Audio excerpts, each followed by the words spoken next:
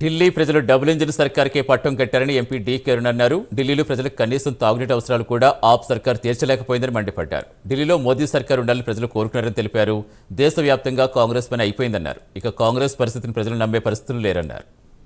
అభివృద్ధిని కోరుకున్నారు, double engine సర్కార్ కావాలని కోరుకున్నారు. గత 10 సంవత్సరాలుగా అక్కడ అభివృద్ధి అనేది కంప్లీట్ గా లేదు.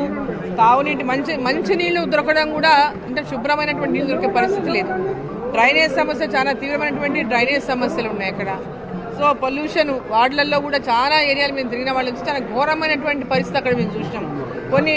కొన్ని ఏరియాలలో అయితే అంటే కరెంటు కూడా లేనటువంటి పరిస్థితి, మాకు చదువుకోవడానికి పవర్ రావటం లేదని చెప్పినటువంటి పరిస్థితి కూడా మేము చూసినాం. సో ఇక్కడ ఢిల్లీలో ప్రజలందరూ కూడా మార్పు కోరుకున్నారు, డబుల్ ఇంజిన్ సర్కార్ రావాలని కోరుకున్నారు. మోదీ గారు ఢిల్లీలో కూడా మోదీ గారు ప్రభుత్వం ఉండాలి అని కోరుకున్నారు. సో కేంద్రంలో మరి ఉన్నటువంటి భారతీయ జనతా పార్టీ దేశ రాజధాని అయినటువంటి ఢిల్లీలో కూడా ప్రభుత్వంలోకి వస్తే మాకు అభివృద్ధి జరుగుతుందనేటటువంటి ఆకాంక్షతో ప్రజలందరూ ఉన్నారు. అభివృద్ధిని కాంక్షించే ఈసారి ఢిల్లీ ప్రజలు భారతీయ జనతా పార్టీకి ఓటేసి ఢిల్లీ ప్రజలు అభివృద్ధిని కోరుకున్నారు, డబుల్ ఇంజిన్ సర్కార్ కావాలని కోరుకున్నారు.